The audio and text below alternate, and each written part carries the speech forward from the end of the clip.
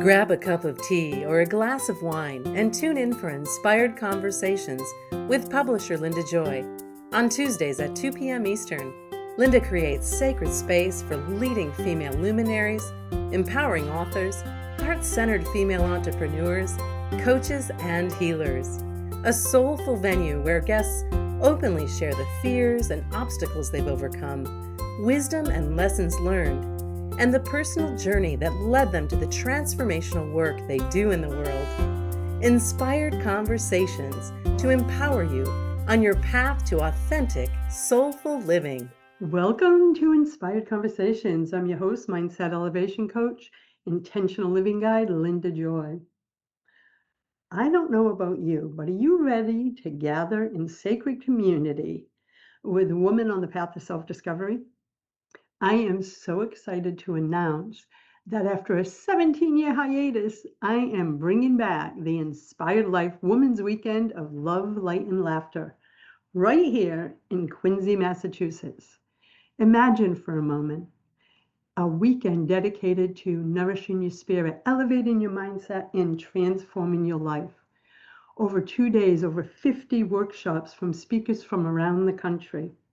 A divine marketplace, a pamper room, a special Saturday evening event, and so much more.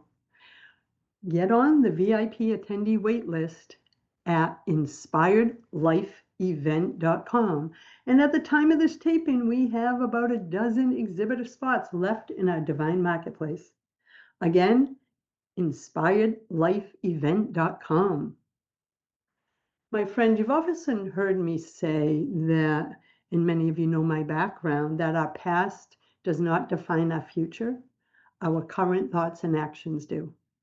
And as you know from my journey, I have completely transformed my life from welfare mom, runaway, high school dropout, and so much more to the woman I am today. And there's sometimes I wish there was things I knew when I was a young girl, young woman, to help me navigate those difficult times, to own my worth, to really embrace my own power. So today, I am so excited to have with me is Gail Jones, aka Coach Gail Jones. She's a nationally recognized worthiness and transition expert with more than 25 years of expertise in helping others transform their lives. She's the recipient of the prestigious CREA award from Brainz Magazine for her articles on mental health related to worthiness and high self-esteem. She's also certified in high self-esteem coaching for parents, educators, and kids, which is so needed right now. She's been a guest on TV, radio, and leading local and global podcasts. I am blessed because she lives right here in New England. She is from Exeter, New Hampshire. She is the author of numerous books. We're going to be talking about one today. And she's also the author of Cancer as a Love Story and To Hell and Back, Healing Your Way Through Transition. Welcome, Gail. I'm so honored that you're here today. It's such an important topic. I am thrilled to be here today, Linda. And also, I love that our backgrounds are so similar on not living from circumstance, but living from our present thoughts and feelings. And especially in today's world, it's really important we shift the attention off of circumstances and back to our inner greatness. Oh, yes, yes, yes. That's part of, I have a lot of private communities that I teach in. And yesterday, it's so funny because the theme in one of my private communities is reclaiming your wholeness for the month of November. So yesterday was a private call, and it was all these beautiful women saying, oh, I struggle with my worthiness, right? Because they got the stories, like you just said, right? Right. We grab these stories from a young age, and we believe they're our truth, or we believe our experiences are our truth. So I'm excited to dive deeper into this today, Gail. Excellent. And I just want to say one thing when you said from our younger years, we are all born worthy, which again is the name of my book, Born Worthy. So, but we did nothing wrong if we don't feel worthy or have worthiness issues, because our worthiness is our sense of worthiness is formed the first 7 years of life. And we're not here to beat up parents, caregivers, or anybody else. But worthiness is based on feeling seen, heard, validated, and acknowledged for who you are, not what you do. And even if you had an ideal childhood where your caregivers were able to deliver that to you, our society is a materialistic driven society which wants us to believe we are not enough, so we will buy more, want more, to have more, thinking that will bring us a sense of feeling enough, and it doesn't. It does not. Nothing external can give you the sense of worthiness that you get from going within. Oh my God. This is so true because in my conversations with them yesterday, I said it's about the world trains us to live from the outside in. Right. Chase, chase, chase, right? Get that outside validation. What's that do, Gail? You know, it leaves you Yes. chasing for the rest of your life. I believe when we start living from the inside out, which you just said in a different way, is the whole path to peace, joy, claiming our worth. Have you found that in your own journey too? Absolutely. But I just want to share one thing based following up on what you said, which was great. All that external drive, often a lot of my clients are executive clients that have been very driven and very motivated. And they come to a point where they realize they're seeking external validation for something that's missing within. And what I often ask this question is, what was your unmet need as a child? Because nothing else external can give you that. Often when I ask my executive clients that, they burst into tears and they realize the drive didn't get them there. There's nothing wrong with being driven and motivated and following a passion and a purpose and being a CEO and all those wonderful things. But if you're doing it out of a wound and not out of your sense of wholeness, as you talked about earlier, you'll still leave yourself feeling empty. Yeah. Isn't it so true? And what's sad is so many people believe that's their truth, right? That they're Right. not worthy. Right. And I know, let's talk about that. So before we dive into the book, I want to go back a little bit because Sure. you created your worthiness platform about 5 years ago, and I'm really curious because I love finding the golden thread through someone's story. What Sure. led you to create this global worthiness platform? So in 2012, I was diagnosed with breast cancer, and I did a holistic route in combination with conventional, having a lumpectomy and that. But 3 different healers that I went to within a couple weeks of each other, they didn't know each other, told me that claiming your worthiness to live can extend your longevity. And they had examples of their clients and patients that their tumors shrunk or whatever. And I want to stress something. It's not just having a health challenge as I did. You can be in a financial crisis, you can be going through a divorce, but often when we're in those really challenging times, some of us have a subconscious death wish, which is really common, wishing we weren't here anymore. It's just gotten too hard, too intense, too scary. And so I thought, well, if claiming your worthiness to live can extend your longevity, what else can it do? So my coaching practice was called supportmatters.com at the time. And then I took a deep dive into my own life and said, boy, you don't really feel worthy. Externally, you look really great. You coached on Boston radio, you're an editor of the college paper, you're a former high-tech PR exec, you have a very successful coaching practice. But inside, I was really an insecure young girl overcompensating, like many of my clients I've seen, for having a schizophrenic mom. And I didn't want anyone to think I was incompetent like her. My mom was voted most likely to succeed, so her illness is tragic that it happened when it did. But I had to take a deep dive. And as I was doing my own deep dive, I started looking at all the clients I had coached over 20 years at the time. And basically, the root cause of all our challenges is a lack of worthiness. It's universal. You can feel worthy in one area, but not in another. And again, we have this conditioning from society that we're not enough often. But I found when I went to my clients and started going right to the root of the worthiness, transformations were very quick. And what we know now from neuroscience, I know, Linda, you know, I'm trained in neuroscience and energy psychology, but it takes 45 to 63 days to change a belief, at least. I will say that it can be longer if you have more trauma and drama in your life, or, you know, a really difficult childhood or a difficult circumstance now. and it can take less time. I've coached a lot of college students through the pandemic, and in 6 weeks of working together, they had major transformations. And I still hear from them today about how their lives have changed by knowing they're worthy to have the right partner or the right job or to go to the right college or to live where they want.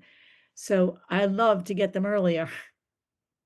I think it's so important now more than ever that we reach these kids earlier because the world is happening so fast around them that what I'm noticing in my communities and even in some of the younger family members is they feel disconnected. Yes. And that disconnection is, I think, part of like you're sharing, it's the worthiness, then they get into inertia, and then the storytelling, the inner storytelling starts that keeps them stuck.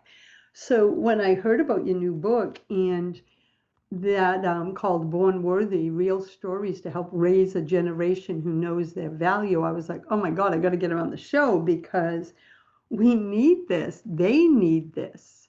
So I you, just want to share something else, and then thank you course. for, being so excited about the book, because I was so excited that you invited me to be a guest. One of the people I interviewed, so in my book, I interviewed teens and young adults ages 13 to 27. Their stories are very different, wide range, from, one 19-year-old lost his father to suicide during the pandemic. Another was sexually abused via social media. So there's a broad spectrum of the issues that they talk about. But what's really interesting is I see them as pioneers, not victims of the youth mental health crisis. Because a couple things from interviewing them, they are a lot more self-aware than many of us in our younger years. And I attribute that to the pandemic because they were in isolation. So they got to do at a younger age the self-reflection that many of us don't do till later in life. So that's the first thing. And also, because of the pandemic, they want to live life very differently than they did before. A lot of them that were motivated more towards wealth or, high achieving, what they want now is really close relationships. And then the other thing I just wanted to stress is so I interviewed the kids and then I gave coaching tips at the end of each of their stories based on my, helping people rewire their brain with neuroscience. So each child's story, I created mantras specific to that child to help them. And then at the end, I have a lot for parents and educators, that are general to all of us. But one of the people I interviewed for the book was a clinical psychologist who works in the schools and teaches all over the country. And this is not really widely expressed in the world. I haven't seen it. But one of the real reasons for a lot of mental health issues in kids is the pressure the parents have put on them. And he even said that the kids that often have the greatest mental health issues are those that go to Ivy League colleges. And often the parents are putting the pressure on the kid so the parents look good. My son is the star of the play or the lead or the football quarterback, or if that's what the kid loves to do and that was their passion and drive and interest, that's wonderful. But if the parents pushed a child into an activity or getting high grades beyond, they had to work nonstop to look good for the parents, it's not healthy. And that is not really covered very much in the media. So what has happened in the last decade or so, or even longer, is back to the worthiness. We feel worthy when we're seen, heard, validated, acknowledged for who we are. And I will also stress, witnessed with love and compassion. One adult that can witness you with love and compassion, no matter what you're feeling, can really help instill a strong sense of worthiness. But if it's performance-based, the child will never feel worthy. If you're only being loved because you came home with straight A's or you made the team, you'll never know that inner sense of, you talked earlier about wholeness. You are whole as is, not for what you do. Speaks to my heart, my friend. We're going to take our first break, Gail, and when we come back, I want to dive deeper into this because you shared so many juicy tidbits there that I want to break down. I want to invite everyone to stay with us. We'll be back in a moment, and be sure to grab a copy of Born Worthy at bornworthybook.com. We'll be back in a moment. Beautiful soul, are you craving a soul-nurturing community of women interested in personal and spiritual development? You're not alone. When you step onto the virtual campus of Inspired Living University, a sacred community and curriculum for women on the path of self-discovery, you become a soulful part of our high-vibe family of women where you can grow, learn, and be reminded of your truth and power. Along with 2 mindset elevation circles each month with founder Linda Joy, you receive on-demand access to a sacred curriculum that includes a library of personal and spiritual development classes led by leading luminaries on topics that support you in living your most magical and intentional life. These high-value master classes are just the beginning of your transformational journey.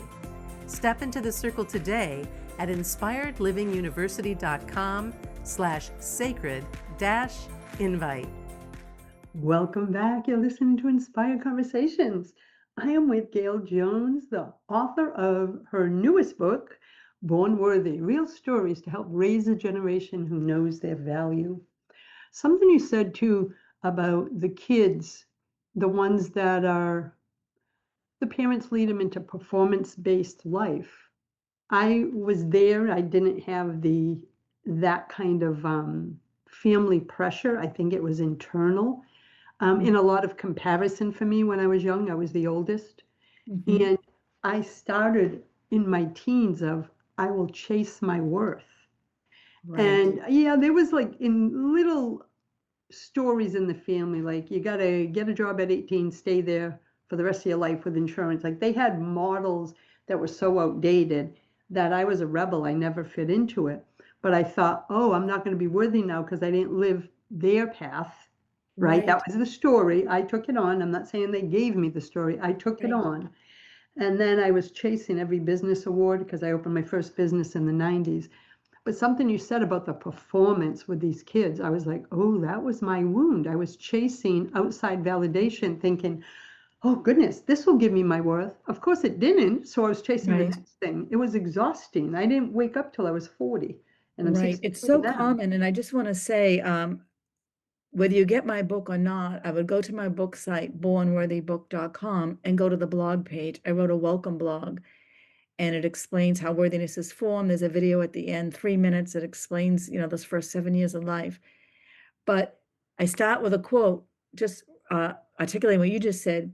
Worthiness is claimed, not earned. And if every person realized that it's in us, we have to claim it, but it's not earned. And you shared your story, I shared mine, being so well known, and you as well as all your businesses. That is not going to make you feel worthy. No, no. And I think once you're on the other side, like in the deep conversation, Jesse, they go, how do you own your worth, Linda? And I said, you have to stop by shedding the stuff that is making you feel unworthy. Could be a Right. relationship, right? Right. Because we made all the decisions from the place of unworthiness. Right. So sometimes is it a call to kind of step back, drop in, and go, what in my life has been created from that sense of unworthiness? Has Right. anyone ever asked you that? Not really in that way, but I want to share something. I don't know if this links to that, but what I have noticed, and another mantra I should put on my website, but in talking to people, but often when we hear no, we feel rejected, right? My mantra is no is an upgrade. And when you get a no, and I've just seen this over and over again, pitching my book, out speaking, every time I got a no, a better, bigger opportunity came that more represented my knowing I'm worthy. So when we get a no, instead of saying, oh, they didn't want me, I wasn't worthy, no, there's something bigger and better waiting for me. And in Yeah, that pause, take the time to integrate your sense of worthy. I am worthy. I allow myself to know I'm worthy of something better than what just happened. It's always been a leap up for me, but you got to claim it. A no is actually a gift. I love that reframe too, because sometimes we take it personal. Like when your friend says, oh, you want to go out have dinner and someone says no, it's like, oh, she doesn't care about me. Like we make everything about our worth from the Right. outside in. So I love that Right. reframe. And I want to share one other thing that's in my book with all the mantras, but another thing that is not often taught. You know, we hear so much in the world of, you know, healing and personal growth and development, the I am statements, the affirmations, how important they are. You know, I am worthy, I am happy, I am attracting a great job, relationship, or whatever. Based on my neuroscience too, I like the word allowing, and I want to explain that because it's really important when you're rewiring the brain to feel worthy and know your sense of worthiness. Instead of saying, I am worthy, it's much more helpful in rewiring the brain to say, I allow myself to know I'm worthy. Because if you say, I am worthy, and you don't believe it, you're going to meet that statement with resistance. If you say, I allow myself to know I'm worthy, you allow the time for the new neural pathway to form in the brain around instilling that new belief. And I want to give a personal example. So when my first book came out in 2004, if I said I am a best-selling author, which a lot of people do, right? Mm-hmm. I knew, even though I was a journalist before and had a lot of writing, that I'd never written a book or published a book. So you'd have a lot of resistance. But by changing it to I allow myself to be a best-selling author, a couple things happen. You allow for the new neural pathway in the brain to form. And also, you allow the whole universe to support you. It's not up to you. You're not pounding your fist on the table. I will make this happen. You know, the universe might have a better idea for you. And so I love allowing statements when you're first starting to create a new belief. So for all the listeners today, I would strongly encourage them to write down, I allow myself to know I'm worthy. And this is the other key thing that's not often taught when we're changing a belief, is to track evidence of that. Every day, track evidence that shows that something happened that that you know you're worthy, because you don't text it, you don't voicemail yourself it, you physically write it down, because the physical act of writing down, I allow myself to know, or today I got on Linda's podcast, I'm so excited to share this message with the world. That could be an example of worthiness, but just writing it down is training the brain to go look for more of that evidence. So, you know, I love when you talked earlier about letting our old stories go based on circumstances and, you know, even the current circumstances. When we track evidence of our current life moving forward, we are creating the brain that will bring more of that to you. Does that make sense? Oh, yes. And when you first said the mantra or affirmation with I'm allowing, it feels energetically different in my body than just the I am. So I It's could feel like, expansive. yes. And you know what it is too? It sounds more for myself. It felt like I was in co-creation because That's exactly what it allowing means is. I'm opening to receive this as if it already is. Right. That's what it felt like in my energy field as you were sharing that. So that's powerful. So you had the Worthiness platform and you started that 5 years ago. Why did you choose now? And you touched on it a little bit, but why did you choose now to extend it with this book and everything else you're doing to teens and young adults, along with, of course, the parents, educators, and others who guide that Sure. generation? That's a great What lit the question. Well, fire under you? sure. Great question. So first of all, when I was diagnosed with breast cancer, went through my other book was the second book before this book was called Cancer's a Love Story, Developing the Mindset for Living. And that was based on my training in neuroscience. I trained with Dr. Joe Dispenza, world renowned in the area, and many other leading neuroscientists and energy psychologists. But I knew that book, I wanted to help everybody through cancer know that you can create a mindset that helps the cells in your body actually thrive. So that was important. But I also knew that I wanted to bring my work to the younger generation so that they didn't get sick.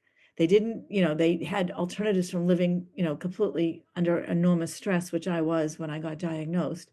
So I knew I was going to bring this to kids. But when the youth mental health crisis happened and I started seeing all the stories about, I definitely agree.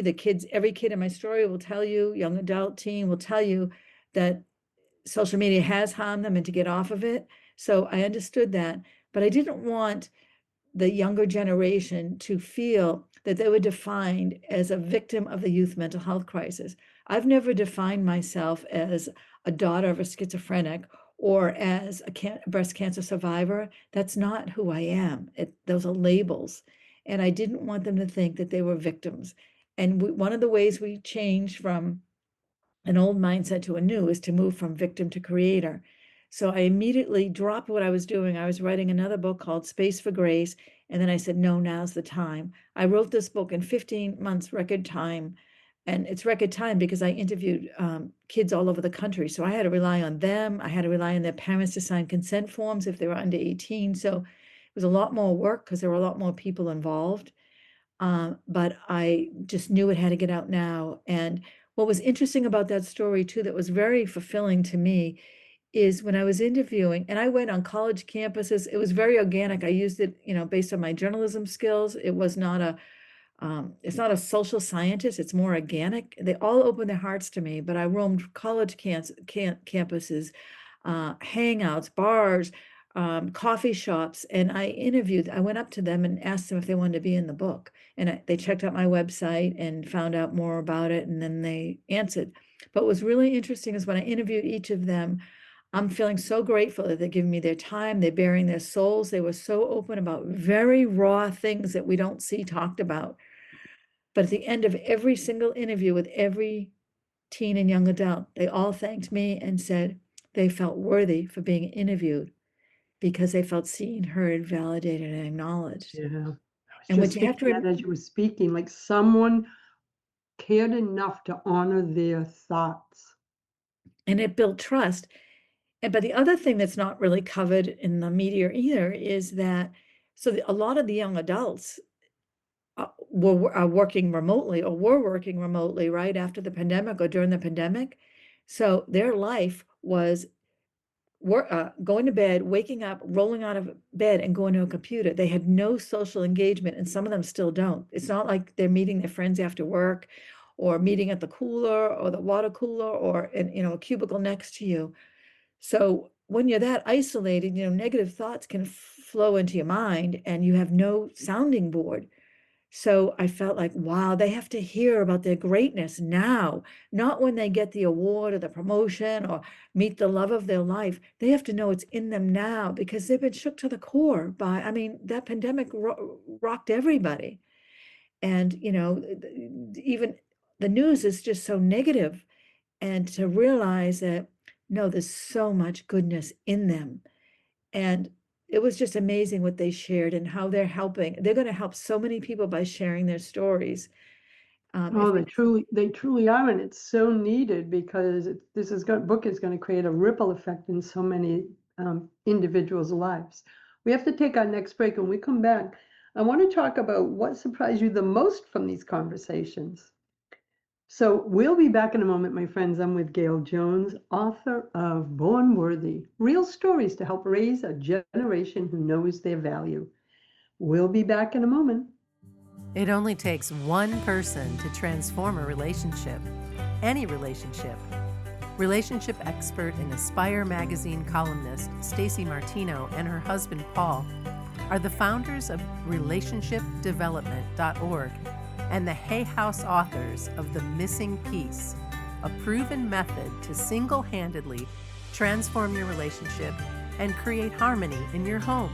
At a time when divorce rates are sky high and families are unnecessarily suffering, The Missing Piece provides powerful solutions to help you navigate real-life situations harmoniously, regardless of what you're currently facing.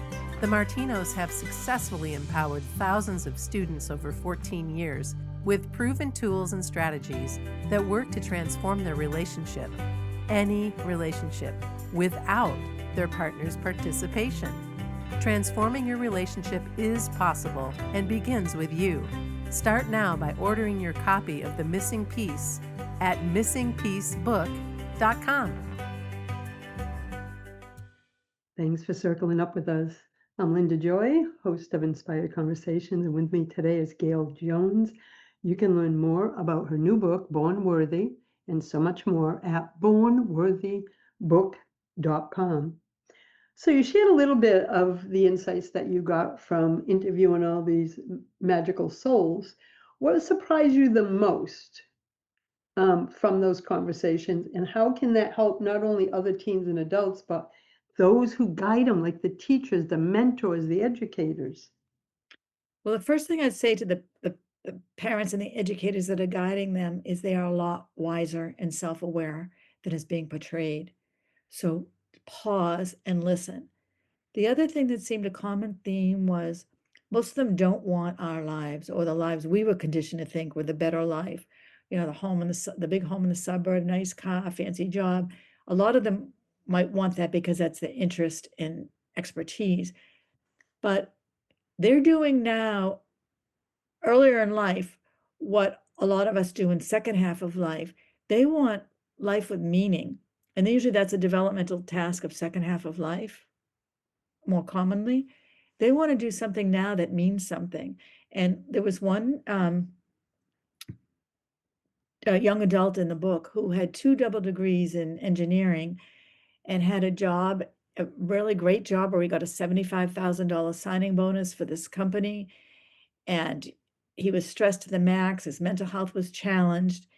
And he decided to quit. And he decided he wanted to do something with his bucket list item. And one of his bucket list items when he was really stressed in college was he wanted to work as a bartender someday. Well, he quit and became a bartender. It's not his lifetime goal, but he's been really, really happy. And what he said was that when he pours drinks, it's not about the drink. He's getting everybody off their cell phones.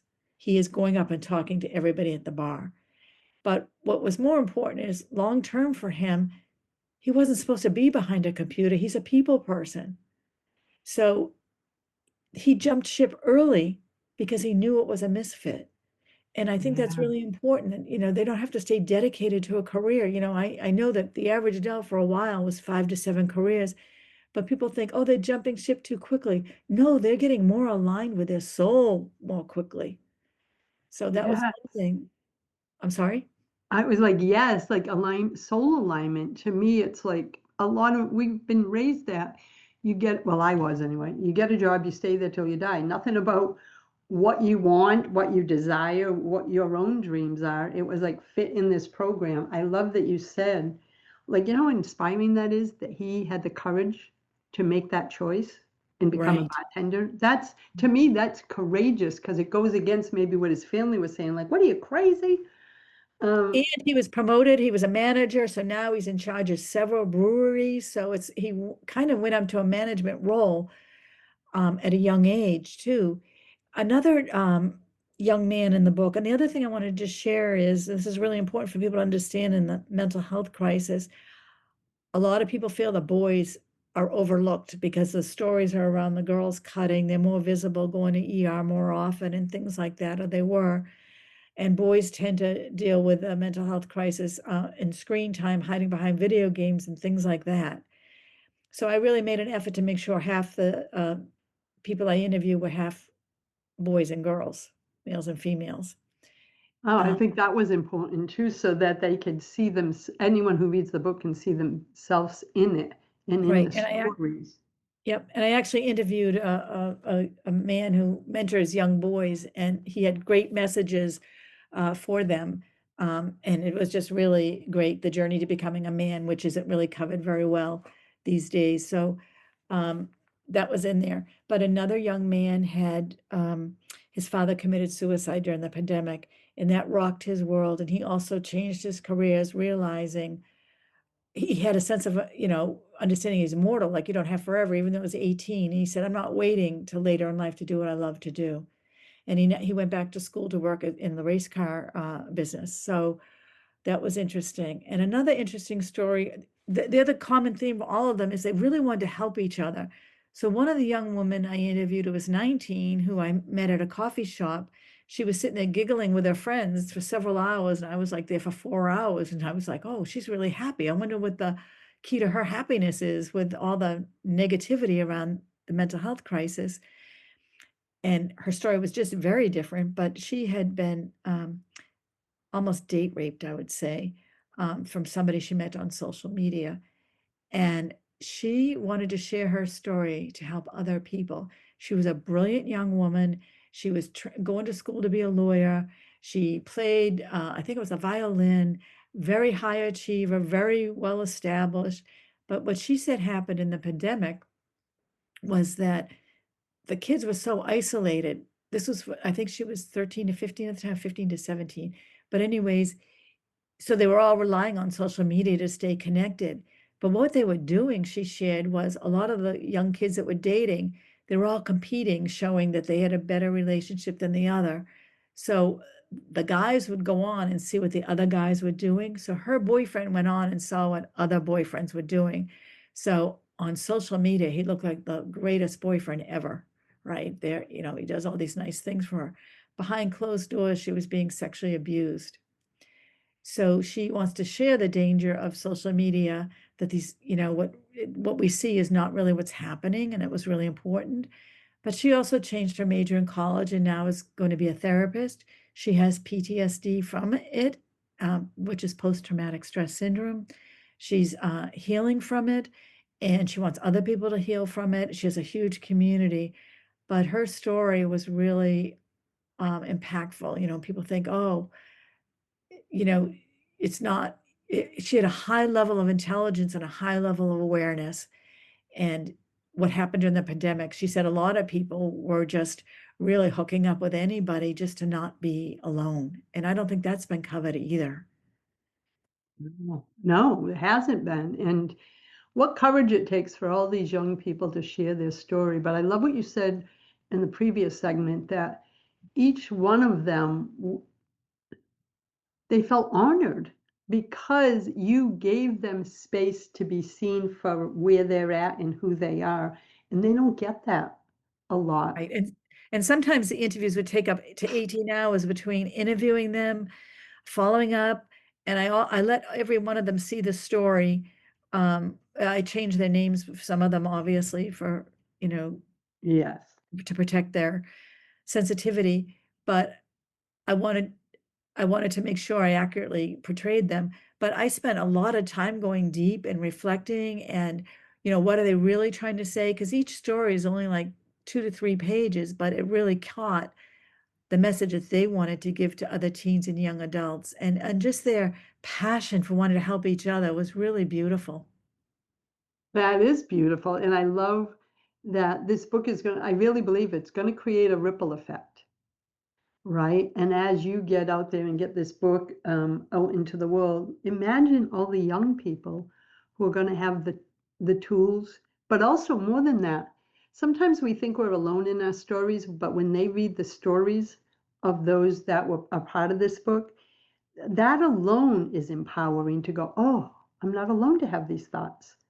Well, I'm what's not the interesting only too one. is the parents that have read the book Yes. said they saw themselves in the kids' stories. So, what I would tell when I speak is we all have an insecure teenager and young adults in us. So, and they will tell me that when they've read some of the kids' stories, they go, "Oh, that could have been me." So, even though the kids are expressing it, which is beautiful, because I think sometimes when you talk about worthiness, it's like having an elephant in the room. Nobody wants to admit that they feel unworthy when it's actually very common. And there's nothing to be ashamed of because you weren't seen, heard, validated, acknowledged the way you were supposed to be. So there's nothing to be ashamed of. You did nothing wrong for not feeling worthy. That's a one clear message I'd like people to know. And the other part is it can be rewired. You can change the mindset of feeling unworthy. And, I talked about those 45 to 63 days of rewiring the brain. It's not hard, but it's boring. To say those statements every day, the first 5 minutes in the morning that are in my book, and the 5 minutes before you go to bed at night, it's not hard, but you have to be consistent. It's kind of like going to the gym. You start exercising and you have to be consistent to have results. It's the same thing with rewiring your brain for worthiness, but it can be done at any age. Oh, so everyone listening, doesn't that give you so much hope? We're going to take our final break and come back for the last segment. And what I want to cover, because you have so many customized tools in there, like a tool chest of exercises and daily practices. And I want you to talk about that a little so they know what else to expect in your book. So we'll Excellent. be back in a moment. I'm with Gail Jones of bornworthybook.com. Go grab a copy. Grab a couple copies. This will be a powerful gift for the holidays for the young people in your life. So we'll be right back, my friends. Are you feeling called to shift your mindset, clear limiting beliefs, and enhance your overall well-being? Shiftology is your answer. Known as the intuitive truth detective, Terry Wildeman helps clients release stress, clear internal blocks, and make confident, values-driven decisions so they can thrive personally and professionally. As a leadership and executive coach, speaker, author, and intuitive guide with over 40 years of experience, she's the founder of Intuitive Leadership and creator of Shiftology, including the Shiftology Success System, a set of interactive tools that blend leadership strategy, mindset work, and intuitive insight to create meaningful, lasting transformation. And she's the host of the Shiftology Live podcast. Terry's Shiftology process powers her Unlock the Power in You programs, webinars, and courses. Learn more at intuitiveleadership.com. Welcome back. You're listening to Inspired Conversations. Today we're talking about worthiness. And as Gail shared, worthiness is not something we earn, it's something we claim. So what I love about your book too is it isn't just the interviews, it's a complete tool chest. You give daily practices based on the latest in neuroscience and energy psychology, two of my favorite topics, and is focused on attracting more money, greater health, secure relationships. So what can they expect, the other side from the mantras you just mentioned? What else can they expect in there to help support them in this transition? Sure. I'll talk about the tool chest. I want to talk about one other quick thing. I break it down to rewiring your brain for money, relationship, health. And there are one of the common themes with the kids is they don't ever believe they're going to be able to own a home based on, the economy and different challenges. And I interviewed a top financial planner, and he outlines how to create step by step a financial identity to grow into what you want or need. And it's not about money, it's all about lifestyle. So that's in the book. But back to the tool chest. So I basically gave my whole 25 years of coaching in this book. So it's not a type of book you want to read fast. You can read the kids' stories and it's wonderful, it's inspiring. But the second part is actually to help you rewire your own brain. So what I have in it is morning exercises and evening exercises. We know that the first 5 minutes in the morning and the 5 minutes before you go to bed at night are the most important times of the day to feed your brain healthy nutrients. So for one of the things I share is a question I used to always ask my kids when they were growing up before they went to bed. I'd read them a story or whatever, but I'd ask them, what was the best part of your day? Because that question that doesn't mean when they came in the door after school, I didn't ask them whatever happened. But when you go to bed, what was the best part of your day? That's like downloading the software into your brain, which is the hardware.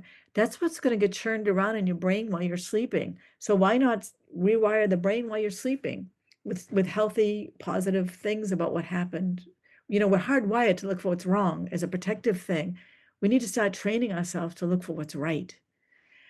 So that's one thing that's in there.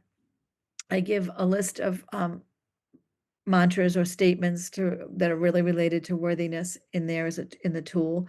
I give a mirror exercise that Louise Hay of Hay House Publishing created, and I tell you exactly what to say when you're in front of the mirror a couple times a day to talk positively to yourself. Those are the key things, the statements, but the statements I create around money and health and relationship, they're my statements. They're not something you download from online. They're statements I came up with from coaching in this area for 25 years and the core themes that can shift the mind. Yeah, and you incorporate, I'm sure as you created them, it's incorporating the neuroscience, the energy psychology, because you know how to rewire the brain. Right. And the other thing, just to put it all together, this is a strong statement, but it's a clear, we create a new outcome with a clear intention plus an elevated emotion. And this is really important for people to understand, because when you're in transition, often you don't feel like your most secure self because you're leaving the known to the unknown, right? And you haven't got to the new yet, or you've just been through some challenging circumstance that is putting you in transition, whether it's a health challenge, a divorce, or didn't get the job or whatever. So, the sadness, the despair, the anger, the frustration, but you have to learn to train your brain to be in the elevated emotion as well. So, all that creation around vision boards and law of attraction, all that energy stuff, it's okay, but you have to get really clear on what you want and be in the elevated emotion of it. People think, once I get the new job, I'll be happy. No, you got to get to the elevated emotion of being happy, joyful, in awe, celebrating before you get the new event that you want. It's the Yeah. mindset before that magnetize what you want. And that takes time. And the other thing that takes time is getting clear about what you want. Like when I've done my own vision boards, sometimes it's taken 4 months to get really clear. When I see it, it looks really simple, but everything on there is really clear about what I want. For example, a lot of people will say, I want to be a best-selling author, right? I want to be a wealthy author. I don't care if I'm on the bestseller list or not, because without wealth to bring this message to everybody I want to reach, I feel like I'm creating a movement around helping the teens and young adults claim their greatness and their worthiness. It's a movement. It's not just a book, and that a movement needs money behind it. So, and it's not about me. I am a best-selling author. It's about having the resources to create a movement that's going to impact an entire generation. Yeah. And it took you a while to get clear on that and break it down. Like it sounds like it ties right into purpose, soul purpose. Like Right, that, I feel like this is your soul's purpose. right, And right, it's bigger than a book. right. It's okay. Yeah. I Yes, get that because everything I've created, I never wanted to start a magazine. I just kept right, following, I call them divine downloads, and then all these other media brands unfolded from that. But I can see now I was just being divinely guided to honoring the purpose that I'm here for. right. And we have And to stop. Oh, sorry. no, I was going to say it's coming to this place of trusting and making that decision. Like you got really clear that this will be a movement, and you are owning that. Like this is a movement, not will be a movement. This is a Right, movement, right? right, And that's the energetic difference, correct? right. And we have to be very clear about, uh, commanding wealth. When you live the creative life like you and I do, Linda, and the visionary life, there's an attachment to the struggling artist. Well, we have to refuse to accept that. Like when you're a pioneer and you're a visionary, you are also worthy of having wealth. It's not one or the other. And there's such a negative connotation that if you're serving others, you shouldn't want wealth. Well, the truth is, you can't serve others without wealth. And Yeah, we and need to start claiming that. I got to be honest. When I first started Aspire 20 years ago, man, I almost lost her numerous times in the first 3 years because it was like, Cool. oh, you can't pay your advertising bill. That's okay. Because I just wanted to be, I had the wound. I'll just be of service. And then Right, finally I said, I can't serve anyone if I lose the magazine. right, And right, I realized it was nothing about my advertisers, anything. It was an internal script that was running of who am I to ask for money when this is my service project to women around the world. I had right. to heal that. So I'm so glad that you brought that up. We have And it's about, really, oh, go ahead. sorry. It's really common among those in the helping professions too, that, oh, I do meaningful work, so that's okay. No, you get to be replenished too. You are worthy of being replenished too. You're not here just to give. And a healthy, worthy foundation is you both give and receive. Yes, I teach my clients in my mindset stuff. Abundance is an energy, Yes, and I always show them the infinity symbol. It can't excellent. flow in and all that. And if you are crimping any part from constriction or fear or mistrust, you are stopping the flow of the universal flow. So we have to do our inner work so that it's always flowing because it's just energy. Like Right, money is just energy. Abundance is energy. It right, isn't about the paper in your hand. right. It's about so much bigger. So we still have about 3 minutes left. Is there a message if a young person is listening right now, what's the one thing, aside from buying your book, because we want them to do that, but what would you share with them if they're feeling stuck right now? I tell them that there's an inner greatness within them, and the world needs their gifts. And don't let anybody define what those gifts are. They'll know them. The gift is found internally, it's not found externally. And the other thing is, what we love to do is often what we did when we were ages 5 to 10. I look at now teaching, I consider around this book, doing more teaching, more than speaking, I consider it teaching. But when I was 6 years old, I came home from school and would run up to my bedroom and teach my make-believe students. And I yeah, used to do that. That's why I'm laughing. I'd line up you all did my too? stuff. Yeah, Oh, I'd funny. line up all my stuffed animals, put Yes, little pens fun. in their laps, and I'd go, okay, now we have to do the ABCs. Right, fun. And I I forgot find it about so that till you easy. said it. It's so easy and joyful when you're doing what you're meant to do, and to believe it will support you. Trust it. Don't listen to the negativity of the world. Um, your passion will be supported. I truly believe that because I had no background in any of this, but I kept saying true to the vision in my heart, and wasn't always easy, wasn't always comfortable, but Right. I would rather fail at something I love than succeed at something I hate doing. Right. And the world needs their gifts. The Yeah, world needs their gifts. it's true because I believe we are all given soul gifts, and our job in this lifetime is to unwrap them and uncover all the muck that's hiding our gifts, the muck that we picked up being in this human Right. life, right? Right. And I like to say it's like a treasure hunt. The gift is there within you. Right. We just got to find it and unwrap it because we've been so focused outward, but the divine gave us our gift. It's inside us. So when we stop turning outward for the answer and go within, it's magical. And I would just stress, allow yourself to receive. I'll stress it Oh, over yes. and over and over again. Allow yourself to receive. People who are unworthy attract takers. You deserve to be given to. It's a circle, give and take. Allow yourself to receive. I think that is a powerful way for us to end this call. Gail, I got to tell you, I've enjoyed this conversation. I'm so excited about the ripple effect your movement and this book is going to make. And thank you, my friend, for joining me. Oh, Linda, it's been pure joy, and I love, how we're both aligned with the messages. And thank you so much for having me as a guest.